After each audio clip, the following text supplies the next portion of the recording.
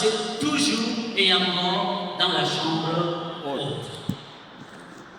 Donc c'est un lieu, comme je le disais, un lieu de mémoire, où nous voyons se manifester, j'aurais dit, le dernier testament du Seigneur.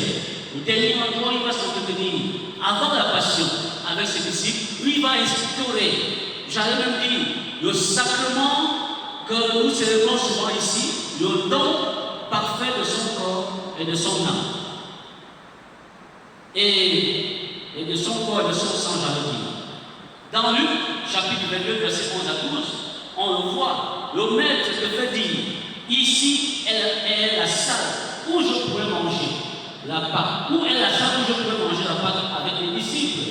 Et celui-ci vous montrera à l'étage une grande pièce garnie de coussins. Faites-y les préparatifs. Une grande pièce garnie de coussins. D'autres indications. Je suis reparti dans l'Ancien Testament. Déjà dans l'Ancien Testament apparaît l'expression chambre haute. Nous le voyons avec le prophète que nous connaissons, n'est-ce pas? Élie, chez la veuve de Sarepta.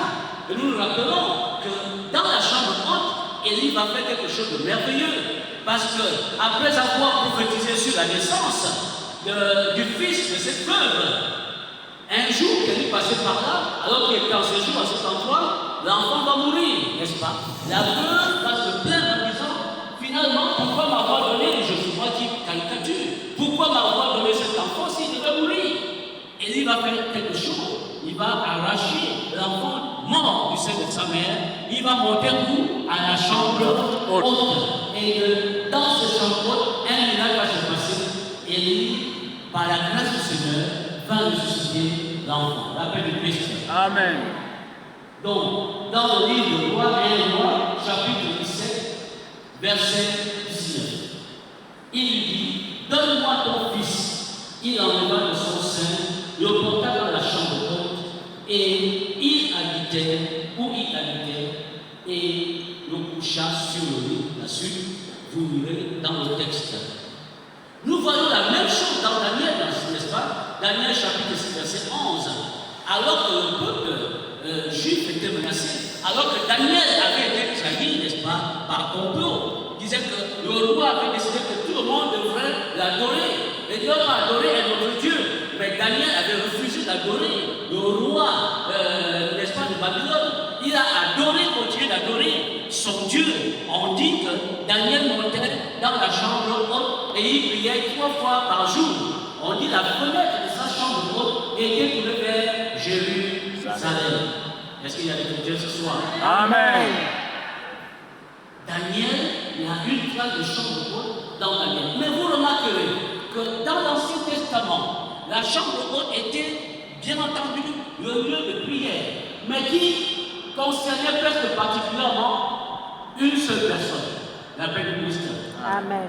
J'ai envie de dire que nous ressentons la dispensation de l'Esprit a été donnée à 3 catégories de serviteurs, j'ai envie de dire ici, aux prophètes, aux prêtres et aux rois.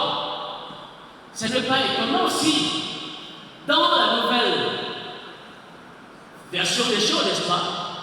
Dans le Nouveau Testament, dans la Nouvelle Alliance, le Seigneur va rassembler, n'est-ce pas, l'ensemble de ses disciples pour dire que la dispensation qui était répartie sur les prophètes, les rois et les prêtres va maintenant devenir une dispensation qui va être déversée sur chacun de nous, n'est-ce pas? L'Église nous enseigne que par laquelle nous sommes prêtres, prophètes et rois. Donc toutes les dispensations sont sur nous et baptisés.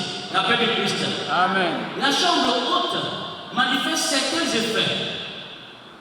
J'en ai pris quelques-uns. La chambre haute est un lieu de prière, un lieu de rencontre et de manifestation du surnaturel. Je vous ai pris l'exemple de l'île, n'est-ce pas, qui a ressuscité le fils mort dans la chambre haute, lieu de manifestation du surnaturel. C'est un lieu de transformation où la honte, le découragement laisse place à la transformation des individus ou des groupes. Amen. La chambre haute est en définitive un lieu d'expérience surnaturelle l'effusion du Saint-Esprit. C'est le lieu de commencement des bonnes choses, la paix du Christ. Amen. Nous connaissons la situation des apôtres. À la mort du Seigneur, ils sont appelés, n'est-ce pas? Il a fallu que le Seigneur vienne encore avec sa mère Marie les rassembler pour dire non. Ce que je vous ai dit va se passer. Rien n'est perdu pour vous. Même si je m'en vais, il vaut mieux d'ailleurs pour vous que je m'en aille. Parce que celui qui va venir, il est puissant. Dis à ton voisin, il est puissant. Il est puissant. Est-ce qu'il a compris? Il est puissant. puissant. Donc c'était un lieu de réveil.